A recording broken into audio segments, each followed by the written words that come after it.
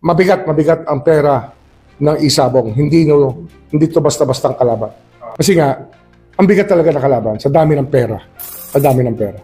Tsaka may video pa nga na hawak na magpapatunay sa sinasabi niya. Mayroon pa tayong grupo ng police officers na involved. Hindi to basta-basta. Some of them, government officials. Gusto mo akong gumawa ng illegal acts para makuha ko yung katotohanan? Mayroong isang babaeng celebrity. Hindi ko na muna pangalanan at alam na nila yan. Kasama siya sa Alpha member. Ibig sabihin, kasama siya sa grupo. Bakit siya kakasuhan? Isa siya, pag nag-meeting-meeting, andun siya. Isa rin siya na susi kung sakali. Siya ang mas marami ding alam. Sangkot umano ang isang kilalang female personality sa kontrobersyal na pagkawala ng hindi bababa sa 100 sabungero. Lahat ng witness na si alias Tutoy, ang babaeng famous celebrity, ay kasama raw ng mastermind sa mga meeting, kaya siya raw ang posibleng susi sa krimen dahil marami na raw itong alam. Ayon pa sa ulat, handa na ang affidavit ni alias Tutoy, ngunit ibibigay lamang niya ito kapag kumpleto na ang hawak niyang ebidensya at kapag kasama na niya ang mga magkukumpirma sa kanyang pahayag. Ayon pa kay alias Tutoy, ay nasa inner circle lamang ang female personality na kanyang tinutukoy. Bukod rito, wala naman nang inilabas pang detalye ang witness tungkol sa famous celebrity, bukod sa kasama ito sa mga taong dapat raw na makasuhan tungkol sa pagkakawala ng mga sabungero. Isa raw kasi ang female personality sa mahigit 30 pulis at sibilyan na may kinalaman sa insidente. Samantala, nadawit sa kaso ng mga nawawalang sabungero ang pangalan ng aktres na si Gretchen Barreto. Ayon sa ulat ng Bilyonaryo News Channel, kumakalat kasi ngayon na espekulasyon sa social media na si Gretchen ang babaeng celebrity na tinutukoy ni alias Tutoy, na kabilang sa Alpha members na pangunahing grupo umano na sangkot sa pagkawala ng mga sabungero at pagtapon ng mga ito sa Taal Lake. Andito yung pamilya ni Lasco. Si Ka-partner po, Princess. Princess. Yung kasama nyo? Sila po yung mga kasama namin sa bahay nung pinasok yung bahay namin August 30, 2021. Mother? Mother ka ni Princess? Ikaw? Kapatid? Ha? Kapatid po. Kapatid ni Princess? Pinsan po. Pinsan ni Princess? Andoon kayo nung dinukot si Lasco sa loob ng bahay niyo? Yes po, Your Honor. Noong nangyaring dinukot yung ano ang first name ni Lasco? Ang tawag po sa kanya, John Lasco. John. Opo, John Lasco. Doon sa bahay. Andun kayong 4. Yes po, bali 8 kami nandun. Lahat puro babae po. Puro babae. Yes po. 8.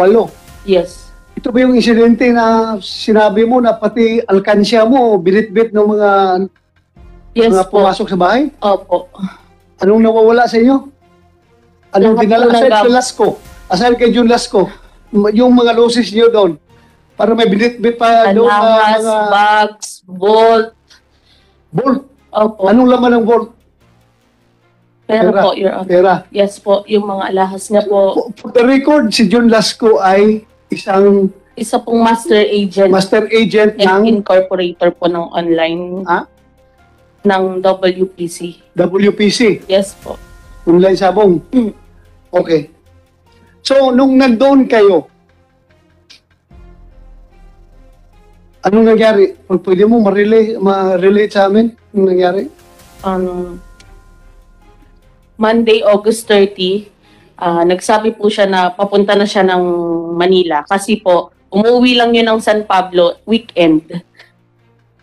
Friday, Saturday, Sunday dahil may farm siya sa San Pablo. Farm po ng mga manok na nag-aalaga po siya. Passion niya yan. Pag uwi naman po niya, first Mondays to Fridays, dito po siya, ahente po siya ng lupa, real estate. Broker po sila ng kapatid niya. Dito. Then, Monday, nung nagsabi siya, niyaya niya po ako mag-withdraw sa bank, sa BDO. After po no, nagpunta na sa palengke at magluluto po yun ng breakfast. Tapos pag uwi po namin, automatic yung gate habang bumubukas. Pagbaba namin ng sasakyan, actually kasama ko po yung pinsan ko that time sa loob ng sasakyan. Ako, yung baby ko na 2 years old, at siya po. Habang nandun daw po ako sa nagwi-withdraw, naka-hazard siya, may tumatawag na po, sabi nung pinsan ko sa phone. Kaya lang, hindi niya daw sinasagot.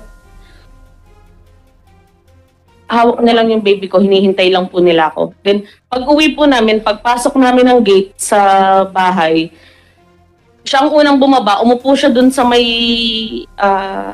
garage po. Maglalaro siya kasi that time po is may laban, may entry siya ng manok sa Santa Cruz. Kaya po walang tao, walang driver. Yung mga tao niya sa farm nandun po. So after po nun, habang naglalaro, habang pumwesto na siya, hawak niya yung phone niya, bumaba po ako, may nagpasukan na ng mga tao.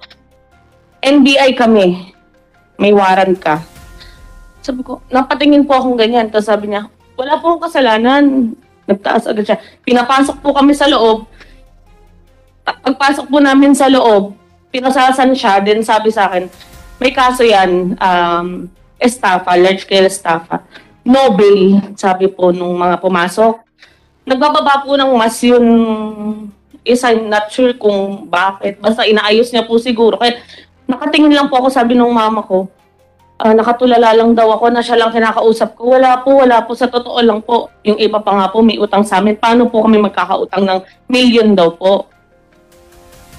Tapos yung iba na pong mga tao pumapasok na, eto po yung pinsan ko, inalalayan pa siya sa sasakyan po. Pinababa siya, late siyang bumaba po. Ano mga suot nila?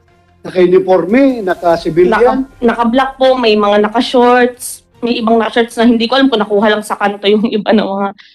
Okay. Pero yung pong mga ilang tao na nakaharap sa akin is mga tindig, talagang kita mo na mga leader, not sure. Basta po ang sinasabi is, wag kayong magulo, nakakahiya sa mga kapitbahay kasi ano po, may kaso yan, baka makaano sa kapitbahay. Ngayon sabi ko, Pakilala nila si NBI po sir. NBI. Yes po. Ayaw po nilang ibigay yung warrant, ginaganon lang. Wala po. Natutulala na po ako nun eh. Tas sabi po nila, sabi ko, pwede po bang makahiram ng phone para matawagan ko po yung family? Makasunod po kami. Puntahan niyo sa Batangas. Nagsalita po ng Batangas. Nagulat kami. Nag-sync in po kasi lahat habang ano. Tapos bigla pong sinabi sa Manila, tough. O sige, may iwan kaming mga tao dyan. Nagsalita pa po na ganun. Sabi ko, sige na po, hinabol ko pa po palabas. At kinatok ko pa ang sasakyan dahil gusto ko nga makahiram ng phone or makasunod po kami sa police station kung may kaso nga po talaga, sir. Pero ito po, yung pinsan ko, may sabihin po siya kasi siya po yung inakay mismo nung pinababa. Sige, wala lang naman to. Sige, Miss Honey Lynn Sason, go ahead. Nung nasa sasakyan po ako, nakita sina Ate Ses po nasa loob na po ng bahay. Ako lang po naiwan doon sa sasakyan.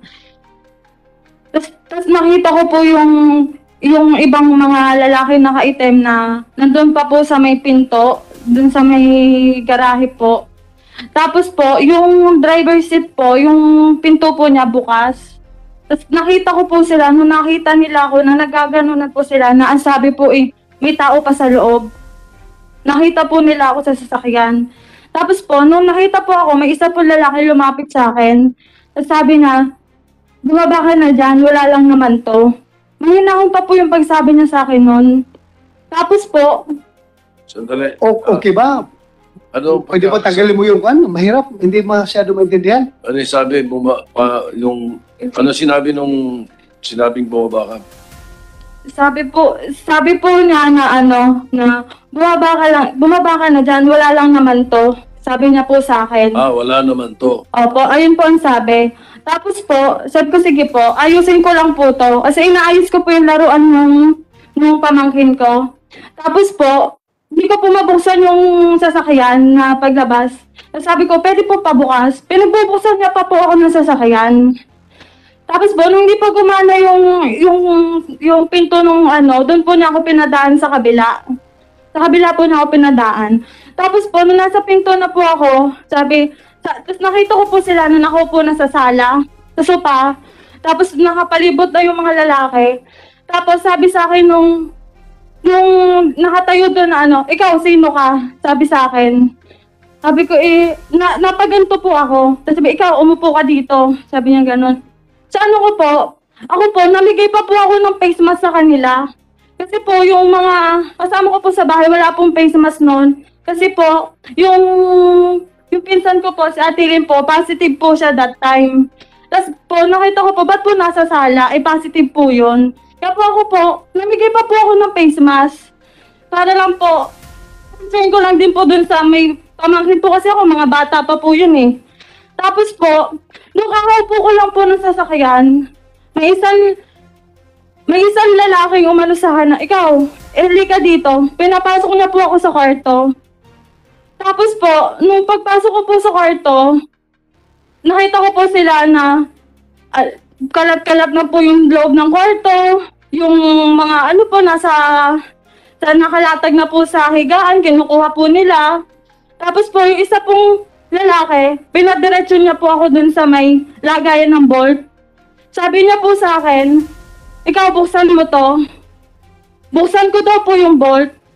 Pero hindi ko naman po alam yung password. Tapos po, hindi ko pinipilit niya po sa akin na pabuksan yun, pero hindi ko po talaga alam yung password. Tapos yun po, lumabas na po ako nun. Tapos dinala na lang po nila yung bolt. Binitbit yung buong bolt? Opo, binitbit po. Gaano kalaki? Mga ganito, usong-usong pa nga po sila nun eh, nung paglabas ng kwarto. Ha? Usong-usong pa po. Ano? Usong-usong. Parang tulong-tulong po sila Ilan pagbuhat. sila nagbubuhat? 3 po. Makilala mo yun, nagbuhat ng gold? Makikilala mo? Makikilala ko po dito kung sino po yung nagpapasok sa akin ng kwarto. Nakilala mo? Opo. Andito ngayon sa Opo. loob ng session hall? Opo. Ituro mo nga kung sino. Sino? Huwag kang mag-alala. Paano dito? Turo mo. Saan dyan? Ang pangalan? Si Mr. Roy Navarrete po. Navarrete. Sir. Ikaw si Navarrete.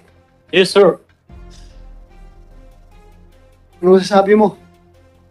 Sir. Wala po ako dun. Naka-duty po kami dun, sir. Ha? Sa Laguna po.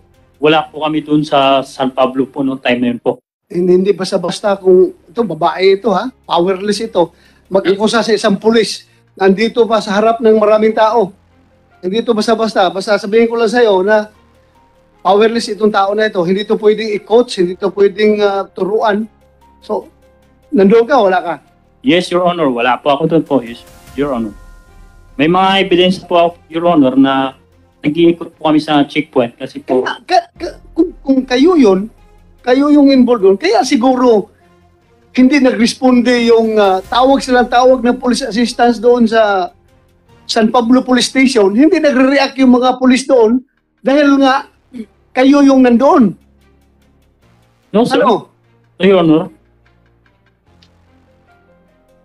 Uy, Nasaan ka uli?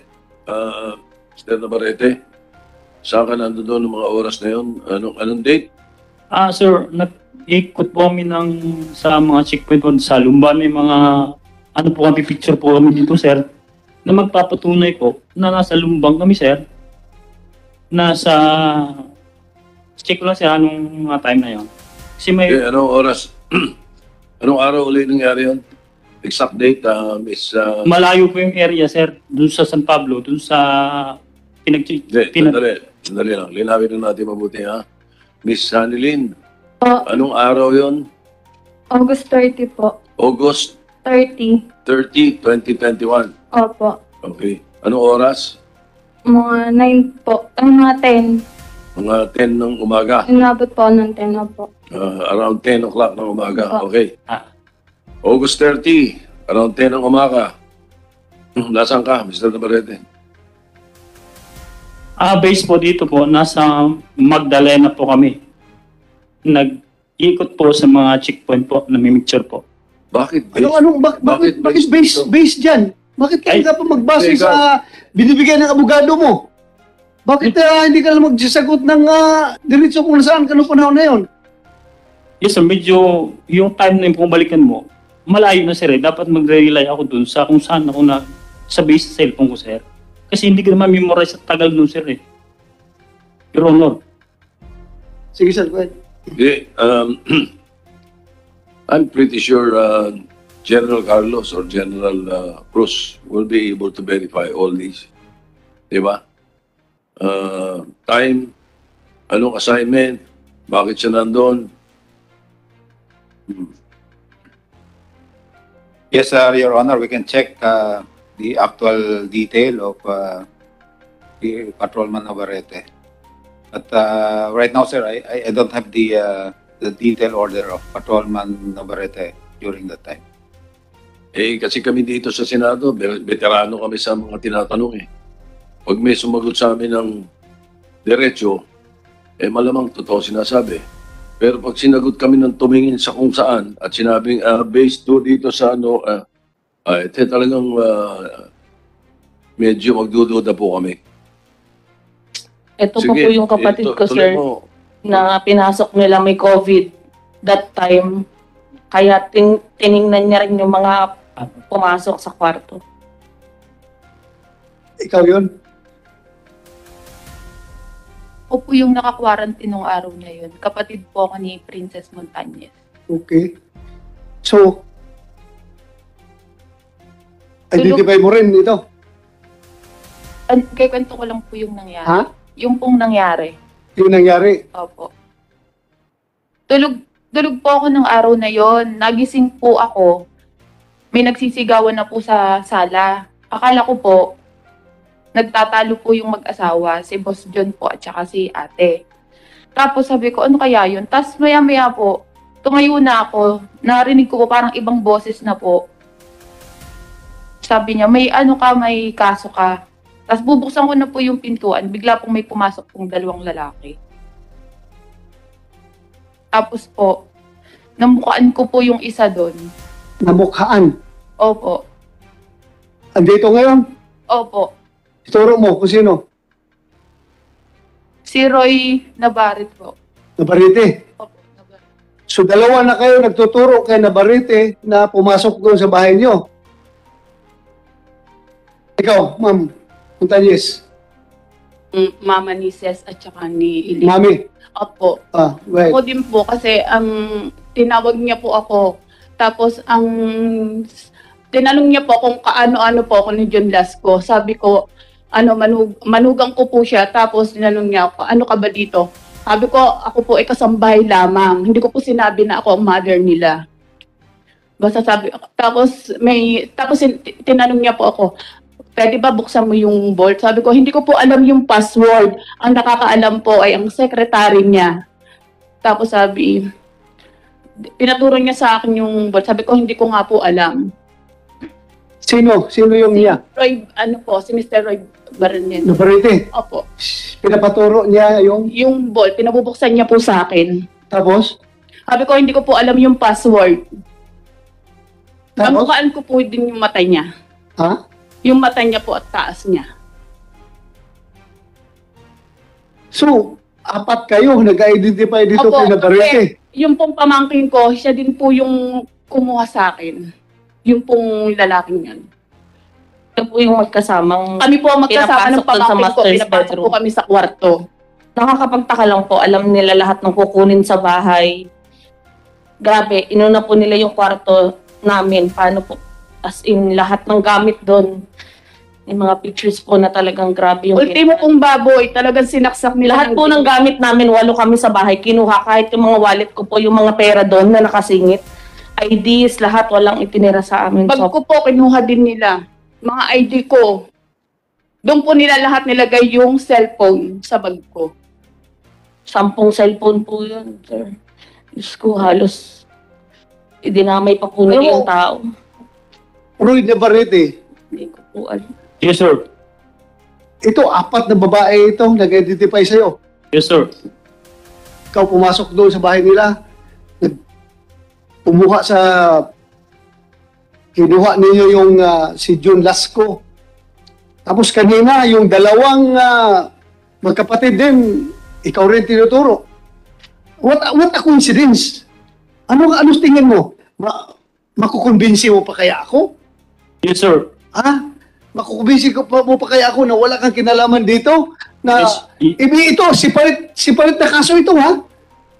Ikaw tinuturo ng 4. Tapos yung kanina, dalawa magkapatid na yung kinasuhan nyo ng drugs, ikaw rin ang tinuturo. Grabe naman coincidence yan.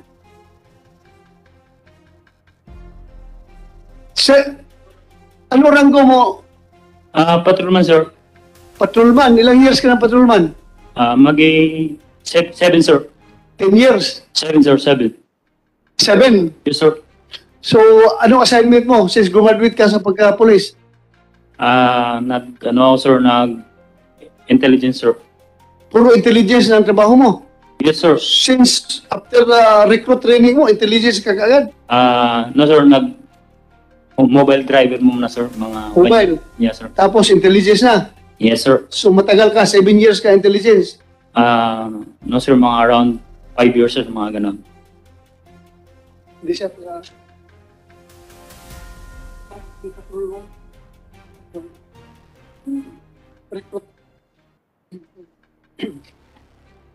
Si IDG? Yes, Your Honor, sir.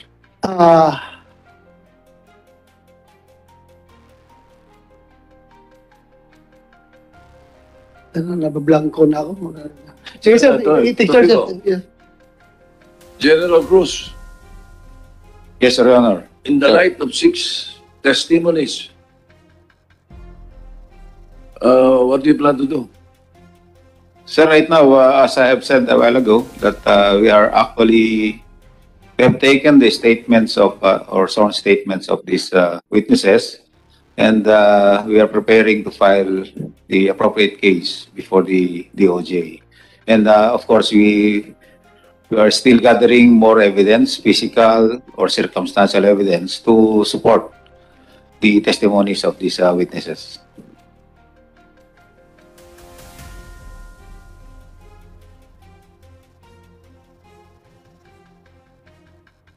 I have talked to the Chief PNP a while ago before he left for national yung importanteng meeting niya. But anyway, ang action taken daw niya to this PIB people, ilipat niya sa Camp Crame. That's according to him, to be available for further investigation ng CIDG. Yan ang sabi niya. You cannot, hindi mo man sila pwedeng arestuhin ngayon dahil nga matagal na nangyari yun. Di ba? Hindi mo na pwedeng inquest yan. So regular filing ang gagawin nyo. Yes. So ilan yung na-file nyo? Ilan yung papailan yung kaso? Ilan ang akusado sa pinahil nyo sa DOJ? Sir, for this case, sir, we have not yet filed a case because we are still considered. Okay, yung isang case, yung case number... Eight suspects, sir. The Manila Arena case, we have filed. So ito, wala pa kayo na-file na kaso dito? Yes, sir. Probably this coming days. So wala pa? Yes, sir. Okay, sige. Ano pang masishare niyo sa amin? Isa lang na-identify ninyo? Itong si Navarrete lang? Actually po, nagsalita din po ako doon na yung warrant, nagbigay ng warrant. Lahat po kami, alam namin yung shape, kasi nagbababa po siya ng shape, yung katawan. Kaya po, na-identify namin is, nung pinakita sa amin yung picture, is si Paghangaan po. Paghangaan? Saan si Paghangaan? Tumayo ka nga. Mayo ka. Anong ginawa niya? Lahat po kami kasi nung nagbigay ng pictures, Oh. wala pong alinlangan na tinuro namin. Tinuro niyo siya. Opo. Pinakita ko rin po doon sa kasama naming minor sa bahay. Ganon din po. Gusto ko lang din po na after 7 months, ngayon po makapagsalita siya at para lang po marinig din namin dahil siya lang may tao po doon nagsasalita na leader. Yun yung tingin namin. So, kasi sa taas, sa shape, sa katawan, gusto ko lang din pong makapagsalita din po siya, Senator. Opo. Yes po. Paghangaan, umupo ka. Ilang years ka ng pulis? 12 years, sir. Ha? 12 years po. 12 years, sir. 12 years? Yes, sir. Anong ranggo mo ngayon? PSSG, sir. Staff Sergeant, sir. Staff Sergeant. Yes, sir. Police Staff Sergeant. 12 years. Matagal ka sa intelligence? Palipat-lipat, sir. Minsan mobile driver, minsan intelligence, sir. Ilang years ka na dyan sa PIB? Almost 1.5 years, sir. 1.5 years? Yes, sir. Thank you. Paano mo na-remember? Paano mo ano mo siya Nung na-identify? nag-report po ako sa police, nung nag-report po ako sa police sa San Pablo, Okay. nandun po sa police report na sinabi ko po na mamumukaan ko that time kasi medyo, ngayon sinabi ko po dun yung shape, kasi po nagbababa ng mask kung nagbigla po kasi magsisingkin sa'yo pag bigla mong nakita yung tao, tulad po ni Hani, nag-ano sa kanya. Tapos, nung pinakita nga po sa akin pictures, na ituro ko. Tapos, nung pinakita ko sa kanila, lahat sila kinabahan. Kahit po yung kapatid ko umiiyak. Ba't, ayun. Kaya po, sabi ko, ba't pare-pareho kami? Ngayon gusto po namin makita in person. Talaga. At magsalita rin po siya. Kung marirecall pa po namin yun. Ano ba lang sinabi niya? Anong sinabi niya na warrant? Opo. Pakita? Ano yung sinabi? Yan, ginaganan lang po niya yung warrant. Sabi niya, may warrant kami, NBI kami. Okay, Mr. Chairman. Ano pangalan nila? Mr. Paghangaan, sir. Parganan? Paghangaan po. Paghangaan, okay, Staff Sergeant Paghangaan. Nasaan ka August 30?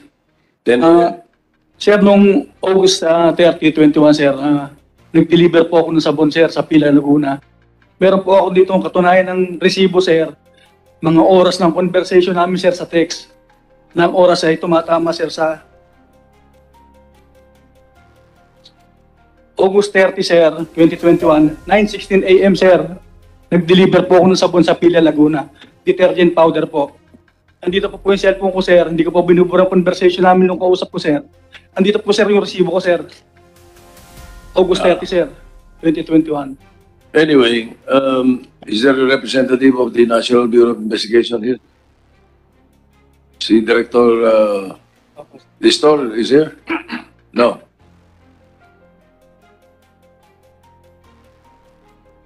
All right, Mr. Chairman, kung ako NBI, magwawala ako rito. Eh, ginamit ang pangalan nyo eh. I'm sure hindi kayo natutuwa.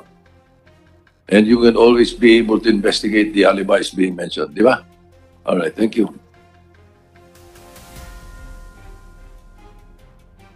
Thank you, sir. Ano pa po ang ma-share ninyo? Sige. Hello. Nung umalis po sila, yung leader po nila, may binanggit po siya na word. Ang sabi po niya na move out. Tapos nagganto pa po siya ng kamay. Move out? Opo. Sabi move out. Nagganon pa po siya ng kamay.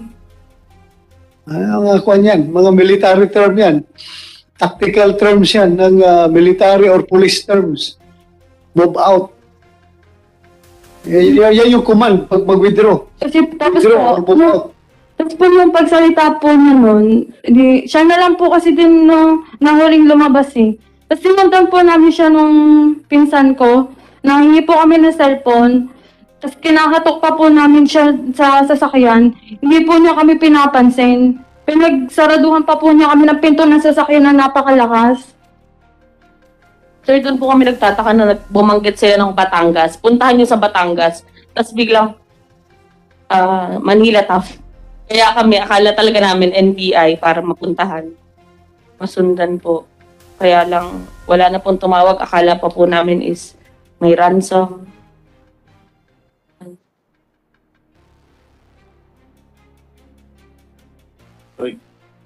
Mr. Chairman, Yes, sir. kay Princess lang, before the incident, Yes. wala bang nabanggit sa iyo yung mister mo na meron siyang problema sa pagiging master agent, sa trabaho, sa isabo?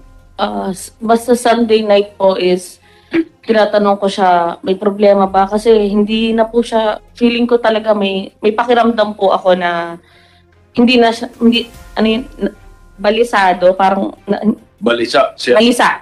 Okay. That day or the day before? Sunday Ilang araw po na, yun. yun lang araw na yun before. Opo, Okay. Sunday night. And may mga tumatawag sa phone sa kanya. Kaya lang, ano po yun hindi, mas magsasabi pa yun sa ibang tao kaysa sa akin. Kaya po, sabi ko, may problema ka ba? Sabi ko sa kanya. Sabi niya, hindi, wala. Basta ang sinabi lang po niya sa akin is, i-clear niya yung name niya. Ayun. Doon na Clear po. niya yung name niya. Opo. And nagtataka din po ako kasi Monday, alam po ng mga papasok doon na umaalis na po siya ng Monday sa bahay. Umuwi na po siya ng Manila. Kaya po bago siya umalis, ayun, naunahan na siya. Nasaan na yung cellphone niya? Ayun po, wala pa rin hanggang ngayon. Kinuha lang po yung mga numbers. Kasama rin sa kinuha? Opo, lahat po. Lahat cellphone namin sa bahay. Alright, thank you, Mr. Chan. Thank you, sir. Ano, okay na kayo? Sabi na niyo lahat? Maituro lang po sana kung saan nilagay, sir. Ha? Maituro lang po sana. Alam ko po may nakakaalam nito. Kung saan dinala, yun na lang po para matapos na tayo. Ituro niyo na lang para at least may closure. Ang hirap. Sobrang hirap nitong pinagdadaanan namin. Dahil pa po namin, hindi kami namatayan. Araw-araw hanggang kailan po kami maghihintay. Ituro niyo na lang po. Alam kong may nakakaalam nito. Sige na po. May mga naiwan po eh. Sa ngayon, wala makapagturo sa inyo. Dahil yung May mga inaakusahan ninyo, scammer po. Senator, may mga scammer, may mga nagte-text, alam daw nila. May mga willing natatakot. Yung iba, pera. Diyos ko, kami na nga po yung biktima. Kami pa yung ginaganito. Grabe. Tapos ngayon, hindi po namin alam kung ano mangyayari sa amin after this. Kung matatakot ba kami. Security po ba kailangan namin? Ang hirap po nung kami na yung biktima. Kami pa yung nabubuhay sa lungkot, sa takot. Nag-uusapan po ng lahat. Ordinaryong tao lang po kami. Ang hirap po lumabas ng bahay na hindi mo alam na delikado kayo, mga kaibigan, wala, umiiwas, kahit sino dahil delikado daw. Kanino kami dapat mag-ingat, Senator? huwag po kayo mawalan ng pag-asa. Kaya nga tayo nag-imbestiga dito para mabigyan ng hustisya yung pagkawala ng inyong mahal sa buhay. Huwag kayo matakot. Kahit sino ng tao na yan na nasa likuran ng pagkawala ng inyong mahal sa buhay, may buhay rin yan. Hindi rin yan, matatakot rin yan. Pareho lang tayo, tao sa mundo. Dadaan lang tayo dito sa mundo. Kaya, dapat huwag kayo matakot. Huwag kayo matakot. Sinasabi ko sa iyo, andito pa rin ang gobyerno. Kahit na part of the government yung akusado ninyo, ang ibang akusado ninyo ay mga miyembro ng Philippine National Police, hindi po sila ang buong gobyerno. Meron pa rin part ng gobyerno na maaasahan ninyo. Kaya huwag kayong matakot, andito pa kami. Witness Protection Program po ay i-apply namin kayo. Huwag kayong mag-alala. Andito si Senate President, hindi kayo pabayaan. Siya mag-firma ng request for... Tataka na lang po kayo yung piggy bank kasi talagang walang-wala talaga. Talagang inano nila. May dugo pa nga po yun. Hindi ko na alam yung piggy bank na yun kung nasaan. Kasi po ginano nila yung pera, imbis na buhatin nila. Kaya dumugo pa yung kamay nung isa. Grabe. Kaya kailangan ng pera nung kumuha. Pero sana ibalik nyo na lang po yung tao kahit kinuha nyo ng lahat. Yung tao po, yung buhay ng taong importante. Grabe. Tama yung sabi ni Senator De La Rosa. May matakot. Una, pag may nangyari sa inyo, alam na natin kung sino hahabulin. Hindi sila loko-loko, nagagalaw pa ng kahit ano. But anyway, we'll make sure. I'll order the Sergeant at Arms to give you security doon sa inyo. Thank you po. Hanggang hindi natin nasusolve itong asunto na to. Yung mga naririnig kasi natin, medyo baka gustong pagbutihan ng mga... Naitulong din naman po si John Lasco sa part ng online kaya humihingi rin po kami ng tulong sa mismong head niyan. Kay Mr. Ang. Kay Mr. Ato. Baka po sakaling matutulungan niya rin kami. Oo. Sir. Well, kung ano may tutulong sa pamilya, tutulong naman kami. I mean, pati naman sa... pag ano, Investigation. sabi na tutulong kami sa inyo. Wala naman. Maraming salamat, Mr. Atong Ang. Para maibsan naman yung kanilang kalungkutan. Yung pong mami ni John Lasco nandito din po, gusto din. Ha? Yung mother po ni Ricardo Lasco. Yes po, ma'am. May gusto kang sasabihin? Gusto ko pa lang pong malaman, masabi doon sa mga kumuha sa aking anak. Hindi ko siya masama. Nagtatrabaho lang po siya. Ang kinabubuhay namin hindi sa talpak. 2 years pa lang. Dati na kaming meron. Nakakaraos kami sa buhay. Passion niya lang yung pag-alaga ng manok. Kaya sa mga taong kumuha, may magulang din kayo. May anak din kayo. Bakit ganon? Kinuha niya yung anak ko. Hanggang ngayon, nagdudusa ako. Masakit. Masakit sa isang ina na mawala ng anak. Linggo pa lang nun, tinawagan ko si anak. Mag-iingat ka. Opo, mami, wala naman akong kausap na mga ano. Yan lang po ang masasabi ko sa mga taong kumuha sa aking anak. Napakalupit niyo. Wala kayong puso. Bakit ganun? Sana sinuri niyo na lang yung anak ko. Kanda kami kahit lahat. Ibigay namin yung aming kabuhayan. Mabalik lang yung aking anak na buhay. Pero wala. Lahat kinuha niyo. Isa't kalahating buwan pa lang yung anak niya.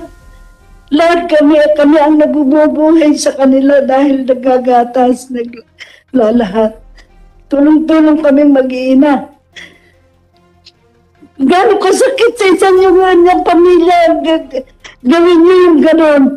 Pero rin lang naman ang anak niyo. Sana nagpadagdag na lang kayo. Pero pa rin ang kailangan niyo, di ba? Buhay ang ibuhan niyo, hindi na may babalik. Napakalupit niyo. Yun lang ang masasabi ko. Sige po, ma'am. Hindi po tayo hinto dito sa ating investigasyon. Hanggat hindi natin ito matapos. Tapusin po natin ito. Huwag kang mag-alala.